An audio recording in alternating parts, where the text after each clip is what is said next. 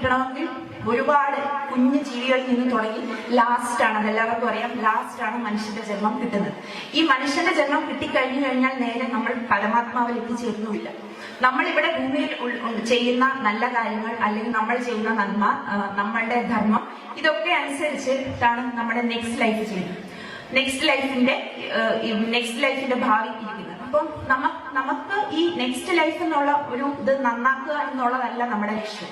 അപ്പൊ മനുഷ്യ ജീവിതം എന്തിനാണ്, ഇപ്പൊ പരമാത്മാവിന് മനുഷ്യ ജന്മം എന്തിനാണ് ഉണ്ടാകുന്നതെന്ന് വെച്ച് കഴിഞ്ഞാല് പരമാത്മാവ് എന്നുള്ള തത്വത്തെ അറിയാൻ വേണ്ടിയിട്ടുള്ള ഒരു ഏക അവസരമാണ് മനുഷ്യ ജീവിതം. കാരണം വേറെ ഉള്ള ഒരു ജീവജാലങ്ങൾക്കും പരമാത്മാവ് എന്നുള്ള തത്വം അറിയത്തില്ല. അപ്പൊ നമ്മൾ ഒരുപാട് ജന്മങ്ങളെടുത്ത് അവസാനം വരുമ്പോൾ ഈ പരമാത്മാവിന്റെ തത്വം അറിയുന്നത് വേറെ തലങ്ങളിലാണ്.